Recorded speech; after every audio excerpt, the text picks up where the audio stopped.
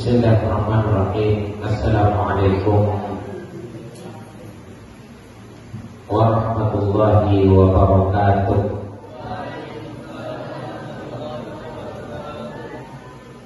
Alhamdulillahilladzi arsala rasulahu bil huda wa dinil haqq liyudhhirahu 'ala dini kullih. Asyhadu an la ilaha illallah wahdahu la syarika lah wa asyhadu anna sayyidana Muhammadan abduhu wa rasuluh. Allahumma shalli ala sayyidina Muhammadin wa ala alihi wa ashabihi ajma'in, amma ba'du. Dalam kitab Nasha'ihul Ibad dijelaskan bahwa Umar bin Khattab pernah berkata, Innallaha katama sittatun fi sittatin. Allah Subhanahu wa ta'ala menyembunyikan 6 perkara di dalam 6 perkara. Insyaallah inilah yang akan kita kaji pada malam hari ini. Yang pertama kata Umar bin Khattab, Innallaha katama ridha fi ta'ati. Sesungguhnya Allah menyembunyikan keridhaannya di dalam ketaatannya, di dalam ketaatan. Jadi kita ini kadang meremehkan suatu ibadah kepada Allah Subhanahu wa ta'ala. Kalau amalnya pahalanya besar, kadang kita serius. Namun ketika pahalanya mungkin agak kecil, maka kita kadang meremehkan. Padahal kita tidak tahu di amalan yang mana, ibadah yang mana yang kita lakukan, yang justru disitulah akan mendatangkan ridho Allah Subhanahu wa ta'ala. Ya, jadi kita jangan pernah meremehkan amal ibadah sekecil apapun itu. Sahabat Nabi suatu ketika datang bertanya, Ya Rasul, amalan apa sebenarnya yang paling utama? Rasulullah menjawab, as-salatu fi awalil waqt. Salat di awal waktu. Namun datang lagi sahabat yang kedua, Ya Rasul, amalan apa sebenarnya yang paling utama? Kata Rasul, birrul walidain. Kamu urus kedua orang tua. Jadi kadang pertanyaan berbeda, namun kadang pertanyaan sama, namun jawaban berbeda dari Nabi Sallallahu Alaihi Wasallam. Kenapa? Nabi menjawab sesuai dengan di mana masalah orang yang bertanya tersebut. Datang orang bertanya, Ya Rasul, amalan apa yang paling utama? Rasulullah melihat orang ini baik-baik saja dengan kedua orang tuanya. Orang ini yang baik saja di dalam ibadah yang lain, tetapi dia bermasalah di sholat 5 waktunya. Kadang dia selalu akhirkan sholat 5 waktunya. Maka Rasulullah mengatakan, as-sholatu fi awalil waqti. Kamu sholat di awal waktu itu adalah amalan yang paling utama. Datang lagi orang, Ya Rasul, amalan apa yang paling utama? Rasulullah melihat orang ini adalah orang yang rajin sholat, tetapi dia bermasalah dengan kedua orang tuanya. Maka kata Rasulullah, birrul walidain, kamu urus kedua orang tuamu, itu adalah amalan yang paling utama. Apa maksudnya? Bahwa kadang keridhaan Allah Subhanahu wa ta'ala itu terletak pada ibadah yang kita berat untuk menjalankan. Jadi kalau kita sholat, mudah kita melaksanakan sholat, ya mudahkan kita melangkah ke masjid sehingga kita datang ke masjid. Tetapi ada orang yang berat melaksanakan sholat. Orang yang berat melaksanakan sholat, orang dia sedang diuji oleh Allah Subhanahu wa ta'ala. Apakah dia akan melaksanakan sholat atau tidak? Ada orang yang rajin sholat, tetapi dia bermasalah di ibadah yang lain. Dia berat untuk menjalankan. Ketahuilah jemaah yang dirahmati Allah, kita itu mudah sholat karena Allah mudahkan kita untuk sholat. Kalau ada satu ibadah yang kita berat di situ, maka hati-hati. Boleh jadi di situ terletak keridhaan Allah Subhanahu wa ta'ala. Ya, ketika kita berat melaksanakan dan kita paksakan diri kita, maka disitulah justru terletak keridhaan Allah. Kita sehat datang sholat, kita mungkin tidak capek, ya badan sedang fit, datang ke masjid sholat tarawih, maka itu adalah hal yang biasa. Tetapi ada orang yang lemah tubuhnya, yang dia sedang kurang sehat, tetapi dia paksakan datang ke masjid, maka disitulah bisa Allah berikan keridhaannya. Karena Allah melihat hambanya. Allah selalu menatap nampaknya. Jadi kadang orang datang sholat itu adalah hal biasa. Tetapi kalau ada orang tertatih-tatih datang sholat, dia berat tetapi dia datang, maka disitulah kasih sayang Allah akan muncul. Lihatlah hambaku, wahai malaikat Jibril, wahai malaikat, dulu kalian protes kenapa engkau ciptakan manusia ya Allah.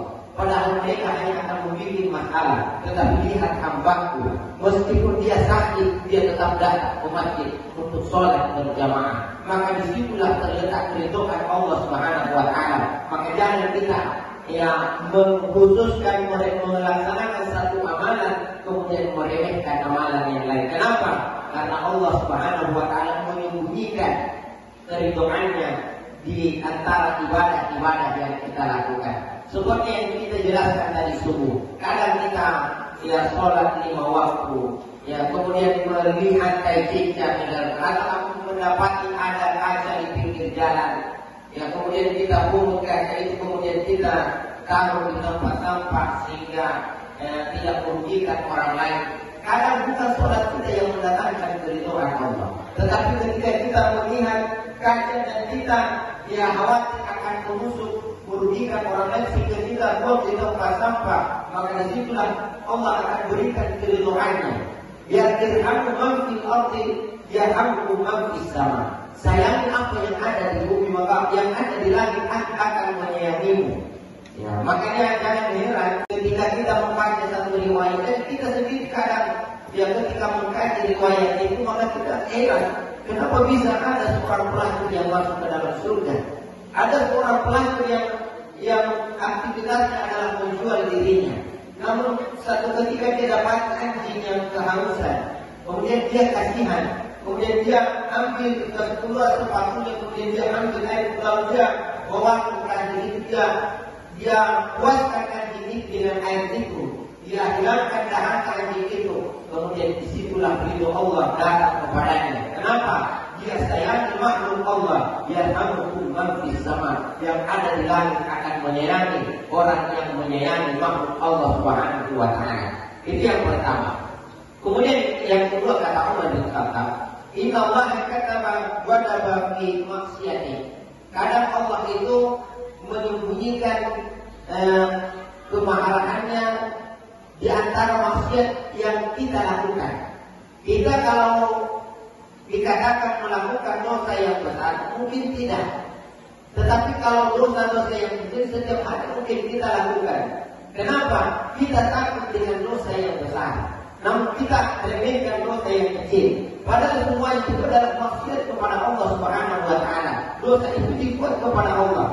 Ibarat kita ini, saya kalau menghukum santri, saya tidak marah ketika ada santri yang tidak sholat, cuma panggil dia datang sholat, mungkin karena dia tertidur, mungkin karena dia kecapean.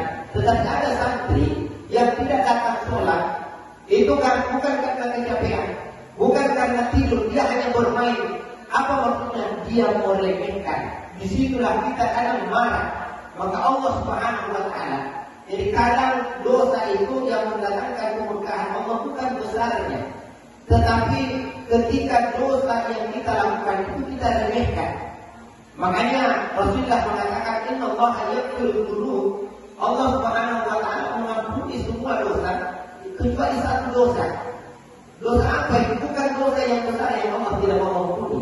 Allah katakan law ataitani bi qurabil ardi khataya, kamu datang kepadaku kata Allah dengan membawa dosamu sebesar bumi ini, tapi kamu bertaubat saya ampuni.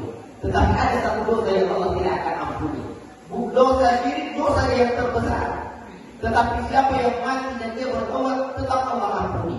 Tapi ada satu dosa yang Allah tidak akan ampuni. Apa itu? Al-mujahir. Orang yang melakukan dosa dan dia remehkan dosa tersebut. Dia bermain-main, dia anggap enteng. Ketahuilah bahwa setiap hamba itu diberikan kesempatan untuk bertaubat kepada Allah. Tetapi kenapa Allah tidak berikan kesempatan kepada Fir'aun untuk bertaubat? Kenapa Allah abaikan taubatnya Fir'aun? Padahal Fir'aun juga taubat kepada Allah. Tak kala ini tergelamkan apa kata Fir'aun? Karena tergelam di Musa wa Harun. Saya beriman kepada Tuhan yang Musa dan Harun. Berarti Fir'aun bertaubat kepada Allah Subhanahu wa Ta'ala. Tapi kenapa Allah tidak ampuni? Karena perilaku Fir'aun adalah perilaku yang menuju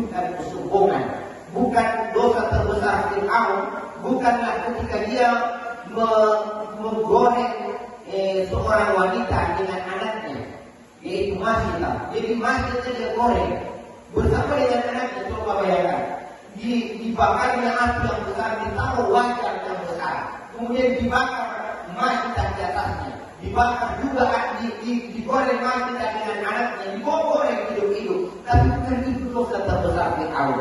Di mana dosa terbesarnya? Karena dia menyombongkan diri kepada Allah Subhanahu wa Ta'ala. Ana Rabbukumul A'la, saya Tuhan tertinggi. Siapa Tuhan kalian? Kata Fir'aun. Tuhan kalian bisa memberikan kehidupan, bisa memberikan kematian. Saya juga bisa, kata Fir'aun. Kalau saya ingin kamu mati, saya bunuh kamu. Saya ingin biarkan kamu hidup, saya biarkan, saya tidak bunuh kamu. Berarti saya juga bisa menghidupkan, bisa mematikan. Disinilah dosa terbesar Fir'aun. Kenapa? Dia menyombongkan diri kepada Allah Subhanahu wa Ta'ala. Hadirin yang dimuliakan Allah, jadi jangan anggap enteng satu dosa meskipun kecil. Karena mungkin di situ Allah simpan kemarahannya, Allah simpan kemarahannya kepada hamba-Nya mana, tapi dia lakukan hal itu. Namun kata kunci daripada kemarahan Allah terhadap satu perkara adalah al-mujahir.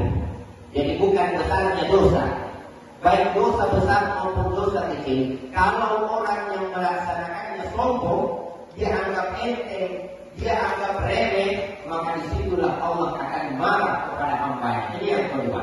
Kemudian yang ketiga, innallaha kataba lailatal qadri fi syahri Ramadan. Allah menyembunyikan Lailatul Qadar di bulan Ramadan. Kenapa Allah menyembunyikan Lailatul Qadar?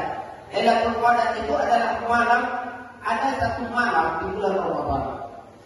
Yang siapa yang beribadah malam itu, maka beribadah satu malam itu lebih baik daripada dia beribadah seumur hidup.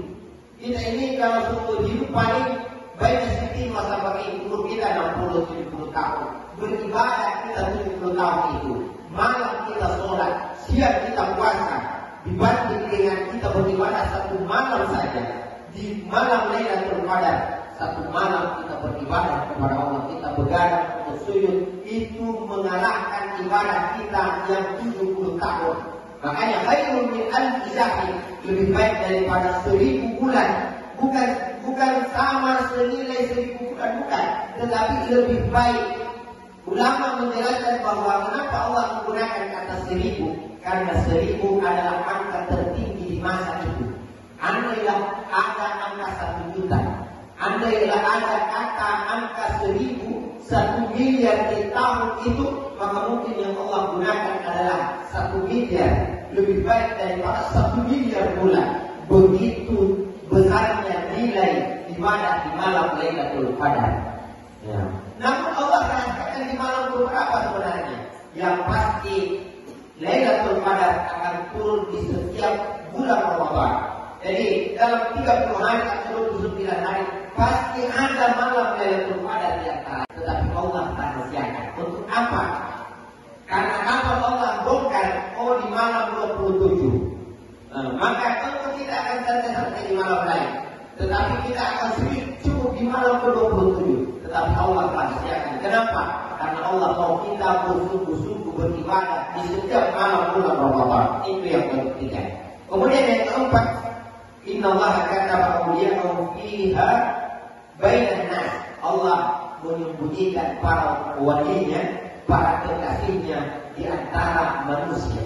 Dalam kitab Talbihul Ghafi ini dijelaskan bahwa ketika datang seseorang untuk meminta, kamu lihat dia seperti peminta-minta, seperti orang bertahan. Dalam kitab Talbihul Ghafi ini, kalau dia datang kepada minta air, minta makan ke kamu, kalau kamu mampu memberi maka beri, kata dalam kitab Talbihul Ghafi. Kalau kamu mampu memberi maka berikan, tetapi kalau kamu tidak mampu memberi maka tolak dengan penolakan yang baik. Apa maksudnya? Dijelaskan di dalam kitab itu bahwa boleh jadi yang datang bukan manusia, tetapi utusan Allah, kekasih Allah yang datang hanya untuk menguji dirimu. Dia minta air bukan karena dia haus, dia minta makan bukan karena dia lapar. Dia dekat dengan Allah, bisa saja dia minta kepada Allah, tetapi dia minta kepadamu bukan karena dia mau makan, tetapi untuk menguji dirimu sejauh mana kamu mampu berbagi dengan orang lain. Dan harus dipahami apa yang mau diajarkan dalam riwayat ini, bahwa kita itu jangan meremehkan orang dari penampilan. Oh, ini orang biasa-biasa. Kenapa? Dalam sejarah, kalau kita buka sejarah riwayat-riwayat, ternyata orang-orang yang dekat dengan Allah, para kekasih Allah, orang-orang yang mulia, itu adalah orang-orang yang biasa, yang menyembunyikan dirinya. Orang kenal Umar bin Khattab. Umar bin Khattab ini ketika dia jalan di satu tempat dan jalan juga setan dari tempat yang lain. Kemudian dia hendak berpapasan, maka setan akan lari terbirit-birit kalau hendak berpapasan dengan Umar bin Khattab. Kenapa? Takut terhadap Umar bin Khattab. Amr bin As ketika dia memimpin gubernuran di Syam, ketika dia menjadi gubernur, ada peristiwa di situ, ada tradisi di mana setiap tahun di sungai yang ada di Mesir itu, di sungai itu selalu dikembangkan gadis paling cantik di Mesir. Ya, selalu dicari siapa gadis tercantik, kalau itu dikorbankan, dijadikan sebagai korban untuk menenangkan sungai Nil. Ya, namun Amr bin As melapor kepada Umar bin Khattab. Dia kirim surat kepada Umar bin Khattab. Kemudian Umar bin Khattab yang mengirimkan surat balik.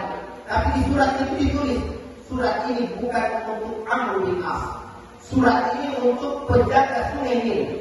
Maka wahai Amr bin As, pesannya, kamu jangan buka surat ini, tetapi kamu hadirkan di sungai Nil. Ya, maka Amr bin As penasaran apa isi suratnya. Maka Amr bin As dia buka. Begitu dia buka, dia baca isi surat. Amr bin As berkata, apa kata Umar bin Khattab dalam suratnya? Wahai sungai ini, kalau kamu mengalir kata Allah, maka mengalir. Tetapi kalau kamu mengalir karena setan atau jin yang ada di situ, maka berhentilah mengalir untuk selamanya. Tapi kalau kamu mau mengalirlah karena Allah, maka surat itu dihanyutkan yang di sungai Nil. Seketika air sungai Nil itu langsung melonjak naik. Dan awalnya dia kering. Dan memang kejadiannya luar biasa. Apa maksudnya? Bahkan penjaga sungai Nil, jin yang menjaga di situ, takut terhadap Umar bin Khattab. Tetapi siapa Umar bin Khattab ini? Umar bin Khattab ketika dia masuk pertama kali di kota Palestina, itu orang setengah mati mencari yang mana pemimpinnya. Kenapa? Karena Umar bin Khattab itu memiliki pakaian yang beda dengan pemimpin yang lain. Bahkan sahabat-sahabatnya lebih bagus pakaiannya. Umar bin Khattab itu di bajunya itu ada kurang lebih 7 tampalan. Jadi ditempel-tempel bajunya. Ini pemimpin besar, tetapi ditempel-tempel bajunya. Sampai-sampai sahabat-sahabat yang lain itu, sahabat-sahabat Nabi yang lain bisik. Ya, tapi tidak berani memberitahu Umar bin Khattab supaya dia ganti bajunya. Tidak berani. Kenapa? Umar bin Khattab kalau dia bilang hitam, putih-putih. Ketika Nabi wafat, orang berkata Nabi telah wafat. Maka Umar bin Khattab, siapa ukurannya? Siapa yang mengatakan Nabi sudah wafat, saya pisahkan kepala dari jasadnya. Semua orang diam. Kenapa? Takut terhadap Umar bin Khattab. Tetapi Umar bin Khattab itu tidak berani ditegur pakaiannya. Namun sahabat Nabi yang lain datang kepada istrinya Nabi, yaitu Aisyah. Wahai Aisyah, tidak ada yang berani menegur Umar. Tetapi engkau adalah ummul mukminin. Tidak berani Umar bin Khattab terhadap dirimu meskipun engkau perempuan. Maka datanglah ummul mukminin Aisyah radhiyallahu anha. Wahai Umar, sesungguhnya rakyat mengeluh tentang pakaiannya. Tidak mungkin tidak apa-apa kalau kamu ganti. Yang lebih baik tidak usah terlalu mewah, yang penting jangan tambal-tambal begitu. Apa kata Umar bin Khattab? Wahai ummul mukminin, wahai istri Rasul, engkau tahu bahwa pakaian saya cuma paling banyak 7 tampalan. Tetapi tahukah engkau? Dan engkau pasti tahu bahwa di pakaian Rasulullah tidak kurang dari 11 tampalan. Pertanyaannya, wahai ummul mukminin, pernahkah engkau menyuruh Rasulullah untuk mengganti bajunya? Pernahkah engkau menyuruh Rasul untuk mengganti pakaiannya? Ya, maka tetap Umar bin Khattab tidak mau mengganti pakaiannya. Apa maksudnya? Kekasih Allah adalah orang yang biasa, orang yang menyembunyikan dirinya. Di mata manusia dia biasa-biasa. Datang utusan dari Persia Romawi ingin berjumpa dengan Umar bin Khattab. Dikiranya dia akan berjumpa di bawah gedung yang megah. Ternyata dia dapat Umar bin Khattab dia tertidur di bawah pohon yang beralaskan tanah, tidak ada tikainya. Dia tidur di situ.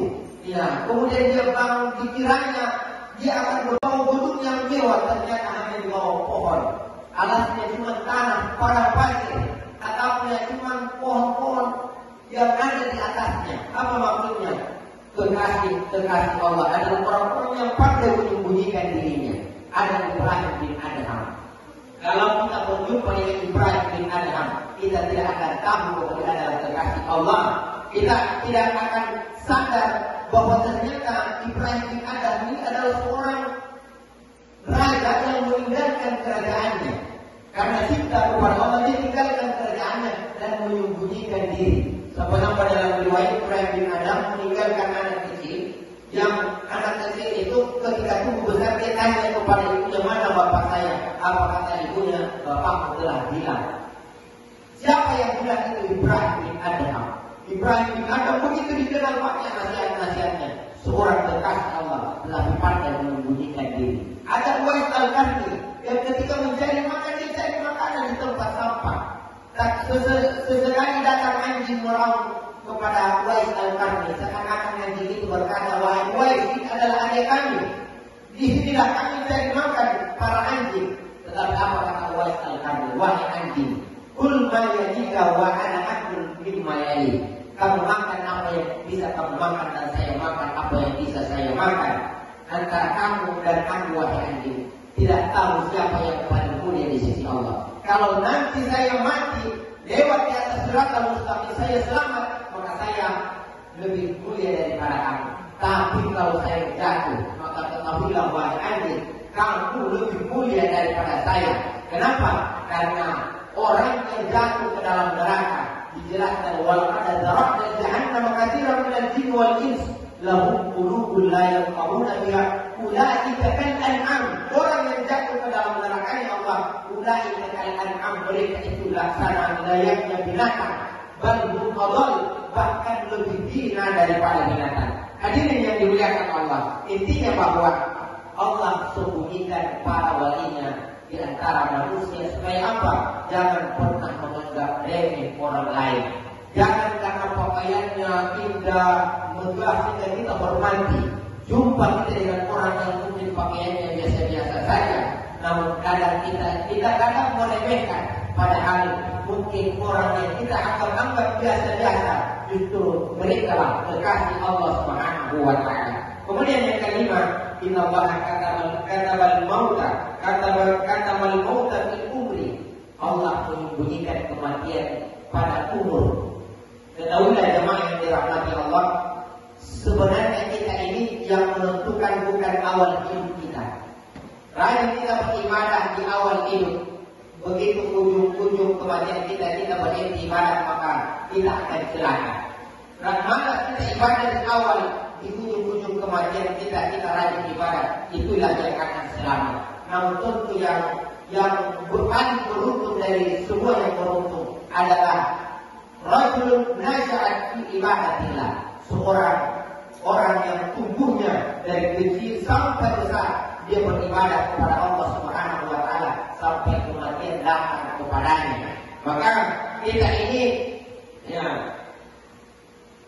Allah menyembunyikan kematian di dalam umur kita agar supaya kita ini setiap kali mau berbuat dosa, maka kita selalu ingat, jangan inilah perbuatan kita yang terakhir. Jangan sampai pada saat kita melakukan dosa itu Allah cabut roh kita dan kita mati dalam keadaan su'ul khatimah, mati dalam keadaan tidak beriman kepada Allah. Dan yang terakhir, inna Allah katama sholawatul wusta fi sholawati khams. Allah menyembunyikan sholat wusta di antara sholat 5 waktu kita. Hafizu ala sholawati wa sholatil wusta. Jagalah kalian, kata Allah, sholat 5 waktu. Dan yang paling terpenting, kalian harus menjaga sholat wusta. Apa itu sholat wusta? Sholat wusta itu adalah sholat yang istimewa di antara kelimanya. Namun Allah tidak jelaskan yang mana dari 5 waktu yang kita lakukan itulah yang paling istimewa. Ulama berbeda pendapat. Dalam kitab Al-Alama Al-Baqi Imani dalam kitab tafsirnya Nurul Quran mengatakan sholat wusta itu adalah sholat zuhur. Tetapi ya Sayyid Qutb dalam tafsirnya Zilalul Quran mengatakan tidak, sholat wusta itu adalah sholat asar. Dan ulama-ulama berbeda, ada yang mengatakan sholat wusta itu sholat subuh. Tetapi kata Kiai saya dulu di Pondok mengatakan sholat wusta itu berbeda setiap orang. Kita mudah sholat maghrib, mudah kita sholat isya, mudah sholat zuhur, mudah sholat asar. Tapi berat sholat subuh, maka hati-hati. Yang berat disitulah sholat wustanya. Ya. Dan ada orang yang mungkin sholat subuhnya mudah dia kerjakan, sholat zuhurnya mudah dia kerjakan, tetapi dia berat di sholat asar. Kenapa? Karena masih di kebun. Begitu kembali ternyata sudah azan maghrib, maka sholat wusta baginya adalah sholat asar. Di situ ada nilai yang sangat tinggi yang diletakkan oleh Allah. Kenapa? Al-Alama Al-Baqi Imani dalam kitab tafsirnya mengatakan sholat zuhur, karena dia melihat di masa Nabi itu sholat wusta di masa Nabi adalah memang sholat zuhur. Kenapa? Karena masjid di masa Nabi itu tidak ada atapnya, sehingga ketika terik matahari, dan sholat zuhur itu sholat yang dikerjakan di tengah terik matahari, maka berat orang melaksanakan sholat zuhur di masa Nabi. Kenapa? Karena saking panasnya. Maka sholat di masa Nabi itu sholat wustanya adalah sholat zuhur. Intinya bahwa ketika Anda sholat 5 waktu yang berat kita laksanakan, ketahuilah maka di situ harus hati-hati. Mungkin di situ ada perintah Allah Subhanahu wa taala. Disitulah ujian Allah, dan siapa yang melaksanakan justru itulah yang akan mengundang rahmat Allah Subhanahu wa taala. Wallahu muwaffiq ila aqwamit thariq. Wassalamualaikum warahmatullahi wabarakatuh. Salat sunnatan